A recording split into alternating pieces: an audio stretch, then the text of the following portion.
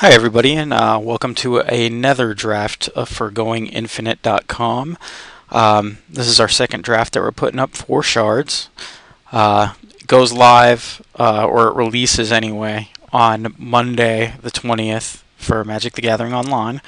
Events should go live Wednesday to Friday, most likely Friday, so we can start drafting sealed deck, limited, stuff like that. But you want to get in practice. You want to get some strategy down. There's no system for it. Everything's going to be different. I'm using an online tool for it. So I am drafting against bots. It's going to be a little different against real people, but every little bit helps. And I could use your input, so you can go to the website www.goinginfinite.com and leave comments, feedback for all the drafts that we do. So let's get started with our first pick in our first pack. We got Mycoloth, 4/4 creature, Devour 2. Every upkeep, I put a 1/1 green Saproling creature token into play for each +1/+1 counter on it. So if I devour 2 creatures, it gets +4/+4. It becomes an 8/8 creature, and every turn I'm putting 4 1/1 Saproling tokens into play. It's pretty nice. Most likely going to pick it. We got the Naya Battle Mage. It's alright. Jungle Weaver I like. 5/6 creature. It has reach. It also has cycling if I can't use it. Bone Splinters. Not too fond of it for removal, just because I have to sacrifice a creature as well, but I'll draft if I need to. Tidehollow Strix I like. 2 casting cost, flying with Death Touch. And the Career Capsule, I like the blue capsule. It's draw 2 cards for sacrificing it. And there's some other cards in the draft that I can pick up that'll let me bring that back, draw again. So we'll keep an eye on for it. I'm going to take the Mycoloth and hope some of this stuff comes back. So we're in green. Pick 2. We have another capsule, which is good. And here's the artifact that can bring it back for me. Another Bone Splinter. I'm going to hold off on that unless I need it. We have some mana fixing here. It's red, green, white. I usually end up in black, green, red. So getting this, it gives me a little bit for a splash as well. And then I have the Rakelar Gargantuan, which is a 5/3 for 5, and target creature with power 5 or greater gets first strike until end of turn. I'm going to go ahead and pick this up. I'll probably pick up one more big creature for the draft and then concentrate on smaller creatures. So for pick 3, Tidehollow Sculler I like. Basically it's like an Oblivion Stone or Oblivion Ring. We have one down here. But I can pull a card out of the person's hand, put it out of play until this leaves, and then it goes back into the person's hand. But since the Oblivion Ring's here, I'll more than likely pick that up. I also have another Mana Fixer. Again, it's the same one. It's Naya. It's red, green, and white.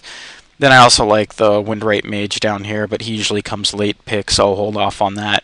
I'm going to pick up the Oblivion Ring for some removal.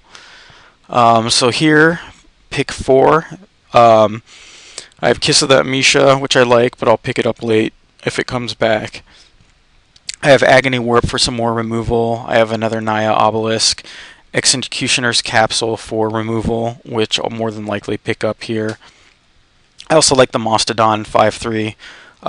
Give creature trample until end of turn, power greater than 5. I also have another Windwright Mage, but those come back late, so I'm not too worried about that. I'm actually going to pick up the capsule. And the Agony Warp might actually make it back. I've actually seen it pick 14 next to the land. So pick 5. Let's see what we got here. Behemoth Herald. I didn't get Goldsire, so I'm not worried about that. Global Enchantment, power greater than 5, get two +1/+1 counters when they come into play. It's pretty nice, but I don't play that many unlimited. I play 3 to 4 big creatures. Not worried about it. I like the Creeper.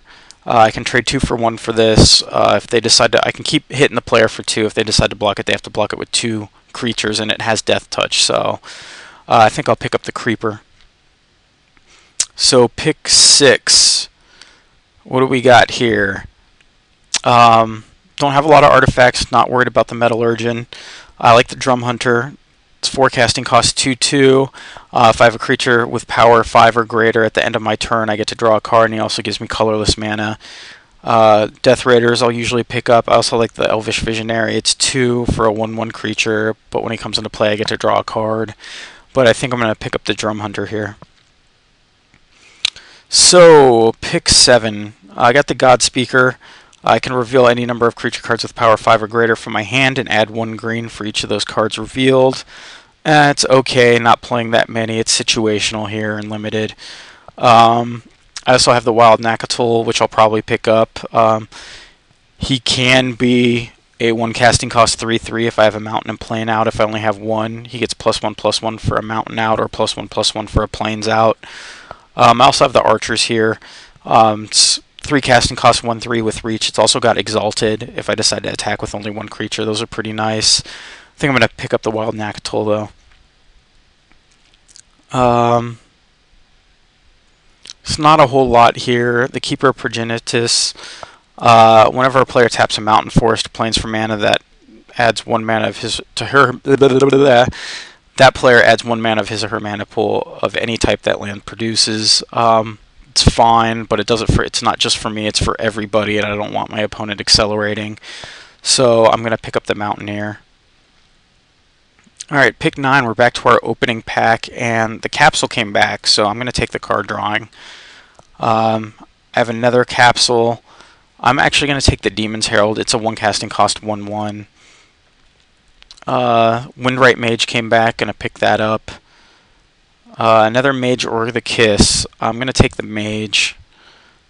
I'll take the Mighty Emergence, Silencers, and take the Swamp.